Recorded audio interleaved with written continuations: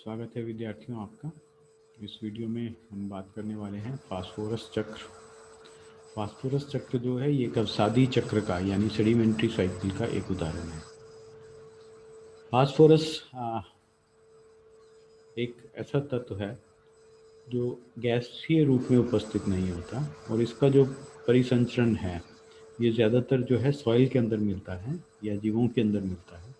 तो जीवों से इसका जो चक्र है सॉइल के द्वारा होना और सॉइल से फिर वापस जीवों में आना और जीवों से वापस सॉइल के अंदर जाना, ये चक्र जो है फास्फोरस चक्र कहलाता है।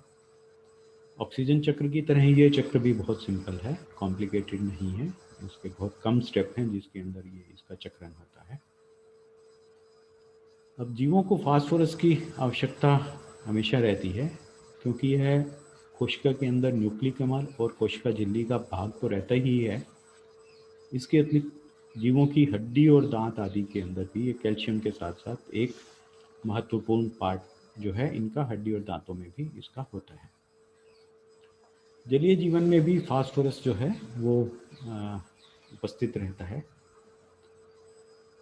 वायुमंडल में क्योंकि फास्फोरस उपस्थित नहीं होता, इसलिए मृदा और जो जलीय वातावरण है इसके दो मुख्य स्रोत हैं जिनके अंदर ये फास्फोरस उपस्थित होता है। फॉस्फेट वातावरण में कई रूपों में रहता है। ये फॉस्फेटिक रॉक्स के रूप में फॉस्फेट जो है पत्थरों के अंदर उपस्थित रहता है और इन पत्थरों से जो है ये टूट टूट कर उसके विदलन से ये जो है मृदा तक पहुंच जाता है। पौधे जो हैं इस जो मिट्टी में फॉस्फेट उपस्थित होता है उस फॉस्फेट को लेते हैं और फास्फोरस जो है अकार्बनिक रूप में ऑर्थोफॉस्फेट के रूप में रहता है जो आसानी से घुलनशील है तथा ये कोलाइडल फॉस्फेट के रूप में रहता है।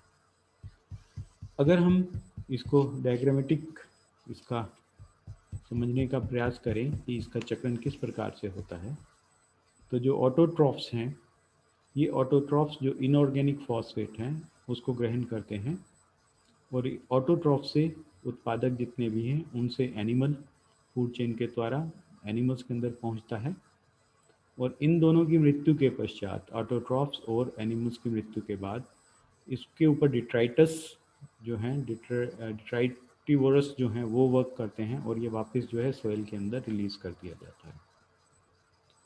इसके अतिरिक्त पानी के अंदर और सॉइल दोनों के अंदर ये रिलीज कर दिया जाता है। इसके अतिरिक्त इग्नियस रॉक्स के अंदर भी डिपॉजिट रहता है जो विदरिंग के द्वारा इनऑर्गेनिक फॉस्फेट के रूप में सॉइल के अंदर मिल जाता है और फॉरेस्ट और ग्रासलैंड फायर्स जो हैं उनकी जब उनके अंदर अगर फायर लग जाए फॉरेस्ट और ग्रासलैंड के अंदर तो भी फॉस्फेट जो है ये रिलीज हो जाता है सॉइल के अंदर और यही इनऑर्गेनिक फॉस्फेट जो है वापस आर्थ्रोपोड्स इसको उपयोग में लेते हैं। मिट्टी और पानी में यूँ तो फास्फोरस की मात्रा बहुत है परंतु जीव जंतुओं के लिए काम में लेने योग्य फास्फोरस जो है वो बहुत कम मात्रा में उपलब्ध है। तो इसका जो रिसाइकलिंग है वो बहुत इम्पोर्टेंट है क्योंकि जीव जंतुओं के द्वारा जो उपयोग लेने योग्य फास्फोरस है उसकी मात्रा बहुत कम है। अकार्बनिक फॉस्फेट जो है वो पौधों के द्वारा उपापचय क्रिया में काम में लिया जाता है तथा खाद्य श्रृंखला में ये परपोषी जीवों तक पहुंच जाता है, हेटेरोट्रॉफ्स तक ये पहुंच जाता है। पौधे तथा जीव जंतु जो हैं जब इनकी मृत्यु होती है तो इसके ऊपर जब सूक्ष्म जीव कार्य करते हैं उसको अपघटित करते हैं डेड एनिमल्स और प्लांट्स को, तो उसके बाद ये फिर फास्फोरस जो है मिट्टी में मिल जाता है और पौधे जो हैं इस मिट्टी में मिले हुए फास्फोरस को वापस काम में ले लेते हैं।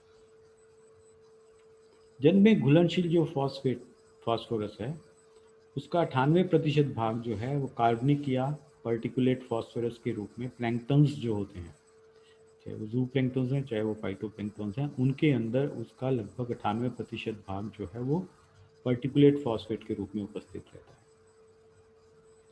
जल के अंदर फास्फोरस का पुनः चक्रण जल में विभिन्न सत्रों पर उसके आदान प्रदान पर निर्भर करता है। जैसे जीवाणु तथा पादप प्लवक जो होता है उनसे होता हुआ ये फास्फोरस जंतु प्लवक तक जाता है और फिर जंतु प्लवक से होता हुआ ये अकशेरुकियों में पहुंच जाता है, और फिर अकशेरुकियों से ये जो कशेरुकीय जलीय जीव हैं उनके अंदर पहुंचता है। और इन सब के अपघटन के पश्चात जब ये जितने भी कशेरुकीय जलीय जीव हैं या अकशेरुकीय जलीय जीव हैं, इनकी मृत्यु के पश्चात ये वापस अपघटित होकर पानी के अंदर मिल जाता है। हचिंसन ने 1948 में एक अध्ययन किया। उसने बताया कि दक्षिण अमेरिका के जो पश्चिम सागर तट हैं, उसके जो मछली खाने वाले पक्षी हैं, उनके मल मूत्र से जो है उसमें कई घोंसले जो हैं उनके उनके आसपास काफ़ी मात्रा में फास्फोरस इकट्ठा हो जाता है। तो जो ग्वेनो है एनिमल्स का, पक्षियों का पर्टिकुलरली, वो भी फास्फोरस को रिलीज करने का एक इम्पोर्टेंट सोर्स है। उसके अंदर भी फास्फोरस काफ़ी मात्रा में उपस्थित होता है। परंतु आधुनिकीकरण के कारण पृथ्वी से जो है फास्फोरस की मात्रा बहुत कम होती जा रही है।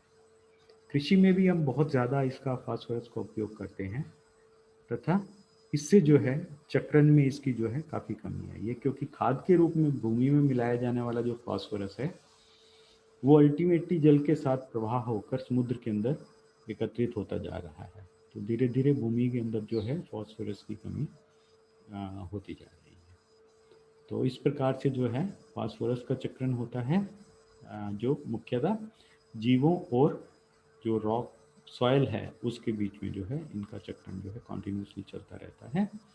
तो जीव अपने लिए रिक्वायर्ड अमीनो एसिड्स हैं, चाहे वो उनके न्यूक्लिक एसिड्स हैं, चाहे वो उनकी जो हड्डियां हैं उनके अंदर जितना भी फास्फोरस जो चाहिए होता है उनको धरती से पौधे लेते हैं, पौधों से हम लेते हैं, और फिर जब अपघटित हो जाते हैं जीव और पौधे, तो ये फास्फोरस वापस धरती के अंदर रिलीज कर दिया जाता है। तो इसके साथ जो है ये कंप्लीट फास्फोरस चक्र।